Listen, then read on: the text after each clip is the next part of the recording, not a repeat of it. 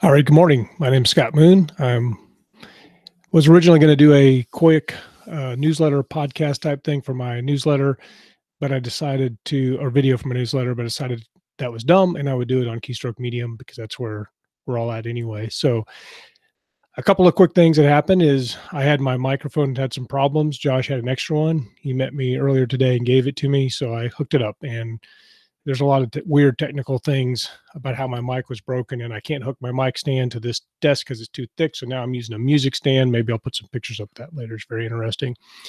The reason I'm home today, because normally I would work, is yesterday Garrett took a spill on at a skating ring during a school field trip and came home, and he might have a concussion. So I kind of came home to stay and watch him and check on him until Jen gets home from her work. And that's why I'm home. So this won't be super long, hopefully, but I wanted to talk about a few things and share some changes and hopefully be something useful. Hey, so I see Devin there's in the live chat. This is pretty spontaneous, I didn't tell anybody. I wouldn't be surprised if not a lot of people show up, but that's fine. So anyway, it looks like the microphone is working, the camera's working. It only took me 7 calls to Josh to figure out why I couldn't get things done on my computer the way I wanted to. And we'll just go from there. So what this would normally be, I've been trying to do a newsletter. Everybody wants to build their newsletter. And I'd seen, what's the name? The guy, he wrote the 4-Hour Work Week. And I cannot remember his name off the top of my head, but I follow his newsletter, and he has a thing called the Friday 5 or 5 on Friday or something like that. And I don't know if it's a copyrighted concept. I don't know if you can copyright concepts, but it seemed like a pretty good idea. I've seen other newsletters that do kind of a weekly update. So this is mine. It's the Friday 5. Trying to think of a quick on-the-fly title for this episode, and I decided you can get mooned on Friday. So it's not going to be, hope nobody's disappointed, but there's no actual mooning going on, just to get that up front. So here's what I'm doing. I've been decluttering quite a bit and trying to get really focused. Over the last several months especially, I've had an enormous amount of opportunities shared with me by other writers. Most people here on Keystroke Modium know about Richard Fox and our collaborations, and my collaboration with Craig Martell, Chris Kennedy, and of course Josh Hayes. And so I'm big on collaborations. I really like them, and I've talked on some interviews about my feelings about what makes a good collaboration, and we can go into that if you want. But the point is that I've had lots of opportunities lately. I don't have a great deal of time because I do work full time. I got a family who do things like smash their heads at the skating ring and possibly get a concussion, things like that. And so I need to make the most of my time. I need to be very focused. So there's some tips. I'd like to talk about productivity. There's one I'd seen. I followed for a while. I watched a bunch of Grant Cardone videos, and he's a really salesy kind of guy, and people really find him really motivating. I eventually decided that wasn't really for me, but he had a thing called the 10X journal, and it was a goal journal that you wrote every day. And then I did that a couple years ago, didn't really stick with it. Hey, Josh. And over the years, anybody who knows me, even when I was a kid, my grandparents would buy, like, for Christmas, I would get a stack of legal pads, and I'd be really excited about that.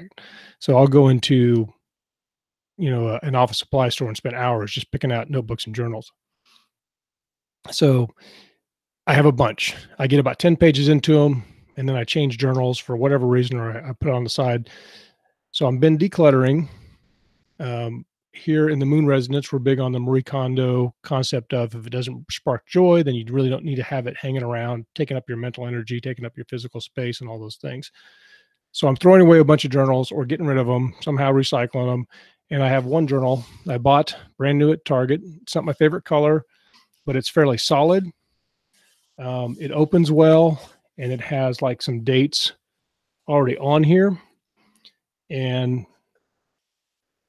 And so I've modified some things I've learned from other goal setting. Yeah, Kayleen, I just jumped on here. This is very spontaneous. And there was no mooning. If there was, well, I should tell people, yeah, the mooning is at the very beginning of the show. And so if you come in late, you don't get mooned by the moon. So some concepts I do, like, for one thing, I take and I have my date, and I write on here every day my goal. And then I start at the bottom of the notebook and I write like to-do list things like miscellaneous stuff. Because if you've read Stephen Covey's 7 Habits of Highly Effective People, there's 4 quadrants, and you have urgent, important, not important, and then not urgent, or urgent, not important. Anyway, but the point is urgent is an emergency. It's like I have to go pick up a family member at the hospital. Important is I need to write my book. Important is I need to read every day. Important is I need to take care of myself nutritionally and with my health. So what's important? And then what's important is a goal. And so I write the goal out. A long time I would have a goal sheet that I would write down and never look at again. But every day at the end of the day or first thing in the morning, I write out my goals, my to-do list. There's a couple other motivational people that share that concept, and I'll try to remember their names and share them. But the point is, it's a good habit to get into.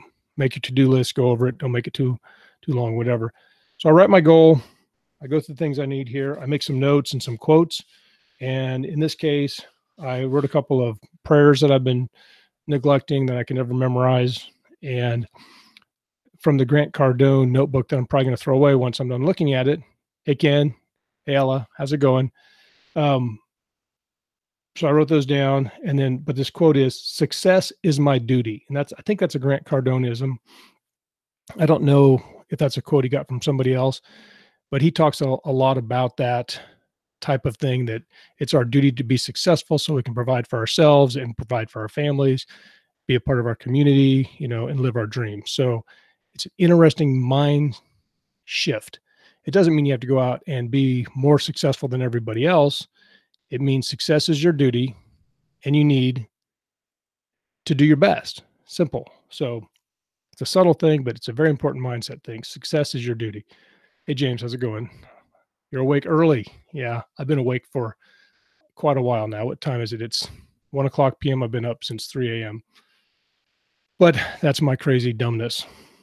So what is the Friday Five? My Friday Five here, I have something I'm reading. So what I'm reading right now is Ferrum Corde by Richard Fox. Of course, I've read all of his Ember War books. And since I'm finishing up my contribution to Got Mit Uns, which is the 5th and final book of the Terran Strike Marines, it's a little bit different. How we're doing. Yeah, I did say that. Sorry, I'm reading the live chat also while we're talking. What Richard and I normally do is we go over the story. He writes a detailed outline. I go through it, ask a bunch of questions, and I write him a draft. He says yay or nay, cut stuff, add stuff, sends it back. We all proofread it. We send it to our editors. We get it all done. Right? Usually we write right up until he hits the launch button. It's like, hey, we're going to go live in like 10 minutes, and this is the last chance I can upload it. So there's the final copy. But this time we're starting out a little bit differently because Richard just recently, Ferrum Corde came out, which is the final book in the Terran Armor Corps series, a 6-book series that comes off the Ember War series. The Terran Armor Corps and the Terran Strike Marines are very closely related. You don't have to read both series, but you will get a lot more out of the story and the characters and their interactions if you read both. So at the end of Ferrum Corde, there's a couple of things that are kind of explained, but not in great detail, and some things that a lot of readers are going to want to know about, like, for example, what happened to Valdar. Anybody who's familiar with the Ember War series knows about Valdar. He's a main character. And what happened to the Breitenfeld, what happened to Hoffman and his team of Strike Marines, which is from the series that Richard and I are writing together. But so this one's a lot. So the reason I explain it this way is the tie-in between Ferrum Corde and Got Mit Uns, which means God with us. It's a very old saying. The tie-in is very complex. So he's handling the stuff that is more tangled with his main series, and I write the stuff that's more that we develop together, or that mostly I write. So he's writing 35,000 words. I'm writing 35,000 words, and we'll come together, have a meeting of the minds. He's got ultimate veto powers because it's obviously his universe, and the majority of the people who read it are his readers. And so he goes through and makes it fit if I've gone horribly astray. So I'm almost done with that. I'm reading Ferrum Corde. through. I've kind of gone through it real quick, but I'm reading it in more detail. I also listen to a bunch of his other books that are related.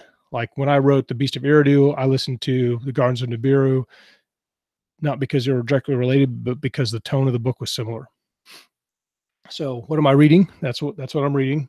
What am I listening to? I'm listening to Renegade Star by Jan Chaney, of course, because I'm writing in his universe. And I've discovered recently that I like to write in first person. I didn't know. Who knew? I'd tried it several times before, but lately I'm really getting into it. I've kind of come to terms with how to write. In the past, I'd write first person, and it was hard to maintain. But I've embraced it now. Really love that series. I have a great time with it. The first book, The Last Reaper, is getting a good reception. It's got a lot of great reviews. I really appreciate that. Thank you, everyone. And the book 2 will be coming out pretty soon because we're going to have a very aggressive launch schedule. Trying for one a month. That's not too hard.